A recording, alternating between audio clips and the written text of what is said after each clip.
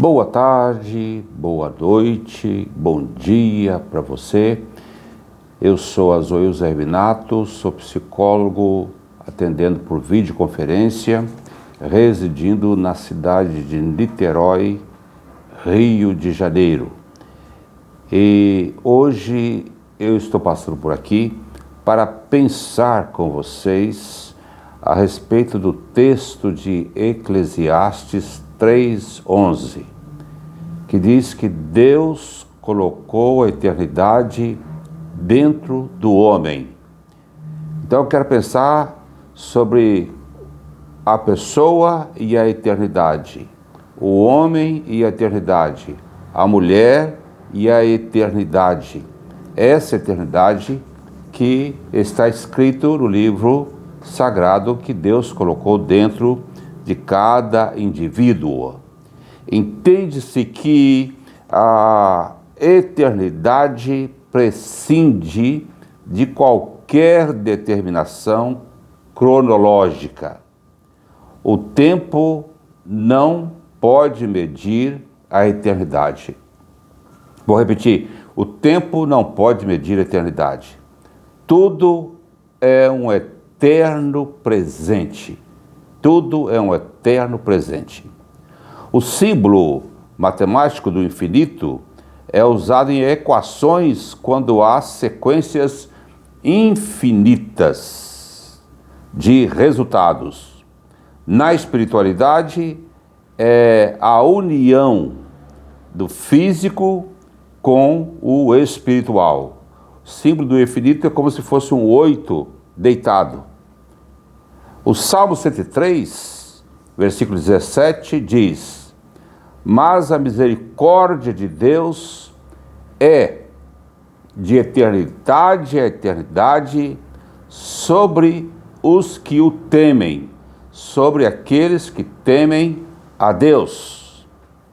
Na obra da criação, verificamos que o homem recebe um tratamento diferenciado. Em Gênesis 1:26, Deus disse: façamos o homem à nossa imagem, conforme a nossa semelhança. Notem que o verbo está no plural. Isso nos dá a ideia da presença da Trindade ali na criação do ser humano. E isso demonstra a importância do ser humano, a importância de cada homem, de cada mulher. Igualmente importante é que na humanidade é impressa a imagem e semelhança de Deus, a imagem e a semelhança da divindade. É criado a semelhança da divindade.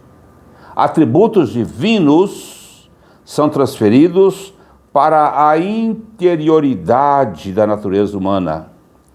A eternidade foi colocada no interior da raça humana. Isto distingue o ser humano dos irracionais, de todos os animais, todas as criaturas criadas por Deus. No relato da criação ainda, lemos que depois de cada ato criativo, Deus via que era bom. Está escrito, e Deus viu que era bom. Mas a narrativa muda completamente depois da criação do homem, quando Deus decide avaliar toda a obra da criação, mas depois que ele faz o ser humano, o homem, ele passa a dizer: e viu Deus que era muito bom. Então eu quero realçar aqui essa valorização do homem e da mulher, do ser humano. Freud, neurologista austríaco, pai da psicanálise, enxergou muito longe, mas não viu tudo. Toda a sua obra está ancorada no inconsciente instintivo, até porque Freud era um judeu ateu. Em uma carta de 1927, um correspondente, uma pessoa com quem Freud correspondia, que eles tinham cartas em comum, questionou o pai da psicanálise com a expressão sentimento oceânico. Dizia aquele missivista que há no ser humano um sentimento oceânico, para referir-se a uma sensação de eternidade, um sentimento de ser um com o mundo externo e ser um com o todo. Isso evidencia, é uma evidência sensível do que é maior, do que nos transcende, do que só tocamos com o desejo e nomeamos como infinito, uma real sensação de eternidade. Deus colocou a eternidade no interior do homem. Oceânico, sentimento oceânico. Oceânico é um adjetivo emprestado do substantivo oceano. O oceano é uma imensidão líquida que envolve o nosso planeta. Quer abrigar no seu interior os segredos de uma biodiversidade escondida de nós. O oceano é místico e infinitamente belo, sugerindo eternidade. Eu acho que isso é muito profundo e muito interessante para a nossa reflexão. Então, a vida humana depende da imensidade, da profundidade. A nossa vida depende de conectividade, criatividade, imaginação, de finitudes na infinitude. A gente se abastece de encantamentos, de deslumbramentos ao velejar pelo oceano da eternidade. E isso ocorre porque Deus colocou a eternidade no nosso interior. O sentimento oceânico não pode ser racionalmente entendido, compreendido, só experienciado. Freud não alcançou essa dimensão da vida, que quer dizer que Deus pôs no coração do homem o anseio para a eternidade. É isso que o salmista diz no Salmo 42, versículo 2: a minha alma tem sede do Deus vivo. A alma do homem e da mulher tem sede de Deus. Esse ser ou seres que necessitam do preenchimento da graça de Deus. Mas eu quero citar uma outra pessoa aqui, contemporânea de Freud, Viktor Frankl. Era também um neurologista austríaco, também era judeu, contemporâneo aqui do nosso amigo Freud, que passou 4 anos em campos de concentração, sem desprezar o inconsciente instintivo, uma elaboração do Freud, indicou e defendeu a existência do inconsciente espiritual. Então, de um lado, Freud com a psicologia das profundidades, pesquisando inúmeras camadas da existência humana, e do outro lado está Frankl com a psicologia das alturas, com o inconsciente espiritual. São duas abordagens distintas, mas que não se excluem. Max Scheler, filósofo alemão, que é considerado pai espiritual de Frankl, disse que a pessoa humana tem um valor absoluto e irredutível, pois ela, a pessoa, é mais do que os seus atos. Você que está me ouvindo, você é mais do que os seus atos. E segundo esse autor, o ser humano é espírito livre que transita pelas esferas da vida como centro de vontades, intenções, valorizações e atos. Sim, para ele o indivíduo é uma síntese de várias dimensões, desde as esferas naturais até a esfera espiritual.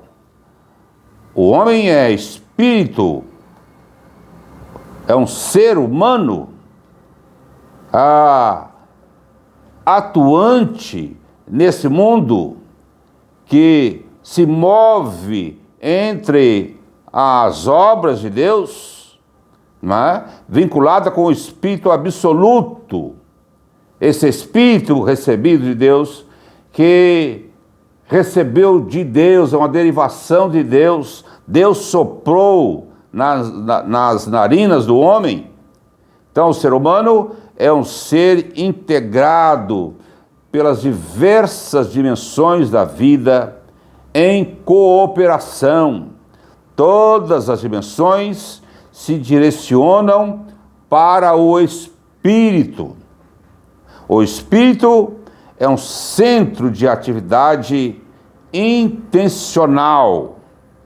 Só a pessoa humana pode intencionalizar para atuar. Que maravilha isso que recebemos da nossa criação divina.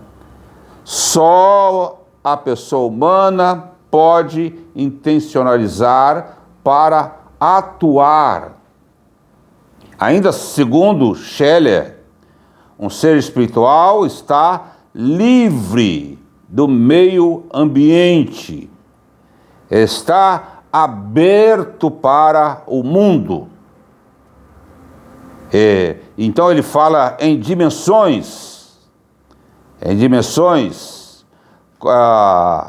da nossa existência. E enquanto Scheler fala em dimensões, outro filósofo alemão, Nikolai Hartmann, que influenciou na formação filosófica de Frankl, fala de estratos. Diz ele: o fenômeno inteiro do universo, ainda que seja impenetrável em seu detalhe, mostra o caráter da estratificação de maneira indiscutível e reconhecível. Os estratos têm suas leis, estratos superiores e estratos inferiores, e todos os estratos com autonomia. Os superiores são dependentes dos inferiores. Os inferiores não são mais fortes, e os superiores são mais livres. Os estratos superiores são psíquico e espiritual, e os inferiores é o orgânico e o inorgânico, e eles estão ou vivem com autonomia, mas são dependentes. Prevalece dessa visão os princípios, isso apesar daquilo. Isso me leva lá para a carta do apóstolo Paulo, quando ele fala da relação, da interdependência dos membros do corpo humano, e que ele quer falar sobre também a nossa espiritualidade. Então isso apesar daquilo, e autonomia apesar da dependência. Olha que coisa maravilhosa isso. autonomia, mas com mutualidade, mas com dependência ou interdependência também. Dá-se o acento aqui num espírito vivente coletivo. Eu reforço isso aqui, um espírito vivente coletivo. Prevalece aqui a ideia de comunidade. Deus é comunidade. Deus agiu em comunidade. E aquilo que Deus colocou dentro de nós como pequenas derivações da sua maravilhosa graça é para que a gente aprenda a viver em comunidade. Ninguém vive para si mesmo, ou pode viver para si mesmo em egoísmo, em individualismo, mas esta não é a vontade de Deus. Para Frankl, extrato vira dimensão, e aí Frankl se apropria dessa fala de Scheller, da dimensão, e por conseguinte, o ser humano é tridimensional. Frankl se apropria da dimensão e ele aponta para o homem como um ser tridimensional: corpo, alma e espírito. Ou ainda, o homem é um ser biopsíquico espiritual. O físico e o espiritual dependem do físico e do material, do orgânico e vice-versa. E assim nós estamos tecendo as informações, as descobertas desses neurologistas e filósofos para entender um pouco dessa expressão do Eclesiastes 3:11. Deus colocou a eternidade no interior do homem. Quero dizer também para você que pesquisas científicas recentes nas áreas de neurologia, neuropsicologia e neurolinguística denominaram as regiões localizadas acima das orelhas como o ponto de Deus. São áreas de múltiplas funções. Processa o reconhecimento visual, a percepção auditiva. Essas localidades estão ligadas também à memória e às emoções, num processo científico evolutivo. A humanidade nós fizemos descobertas no quociente de inteligência, na inteligência emocional, e agora debruçamos nos estudos da inteligência espiritual, que já era uma preocupação do filósofo francês Descartes. Os estudos com ressonância magnética vêm demonstrando que em momentos de meditação, em momentos de oração, essas áreas são fortemente ativadas e ocorre a transcendência, com insights, conectividade, iluminação espiritual, descobertas impressionantes. E destacando que espiritualidade é diferente de religiosidade. Espiritual é algo que está livre de instituições, por exemplo. Quando nós unimos as mãos, nós movimentamos essas áreas cerebrais. Quando nós ajoelhamos num ritual, nós movimentamos essas regiões neurais. Quando olhamos para cima, a mesma coisa. Quando erguemos as mãos, nós movimentamos essas áreas da espiritualidade que estão no nosso cérebro. E nós produzimos hormônios positivos. Isso é maravilhoso. E é por isso que eu estou passando aqui para compartilhar isso com você.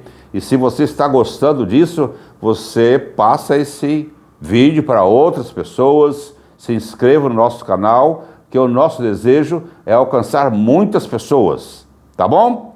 Mas, já derradeiramente, queremos dizer que em relação ao tempo, Deus é eterno. E em relação ao espaço, Deus é infinito. Deus é infinito. Essa é uma conclusão do filósofo Spinoza. Deus decidiu colocar em cada indivíduo, como falamos, o espírito humano, para que todos nós possamos transcender, ou seja, para que possamos ultrapassar os limites da própria humanidade com intuição, discernimento, comunhão, gratidão. Nessa dimensão da vida, do encontro e do diálogo, do nosso infinito e do nosso espírito com o Espírito de Deus, tudo é incomum, tudo é extraordinário, tudo é sobrenatural. É a convivência do eu com o tu divino, do meu espírito com o Espírito eterno. Cria-se o espanto, a esperança, a fraternidade. Tudo se renova, tudo se concilia e se reconcilia, e tudo se integra também, que é outra palavra forte. Deus quer nos ver integrados. Só os seres humanos podem viver nesse estado de imanência e transcendência, com uma realidade sensível e outra suprassensível, que Deus pôs a eternidade no coração do homem. Essa eternidade que facilita o desenvolvimento de valores éticos, morais e a percepção que somos todos interligados e interdependentes. Essa espiritualidade que nos impulsiona na busca de sentido da vida com sentido, vida com uma missão em favor da humanidade, e em favor do meio ambiente, com a natureza, acolhendo e respeitando as ideias diferentes. Sim, é uma missão nossa. A eternidade em nossa vida nos transforma em operadores pela convergência, pela coesão, pela integração, pela conciliação, pela reconciliação e a boa convivência. É a nossa responsabilidade com imagem e semelhança do Criador. Um abraço para você e, como falei anteriormente, compartilhe esse vídeo, divida-o com outras pessoas, se inscreva no nosso canal e o meu abraço fraterno. Muito obrigado.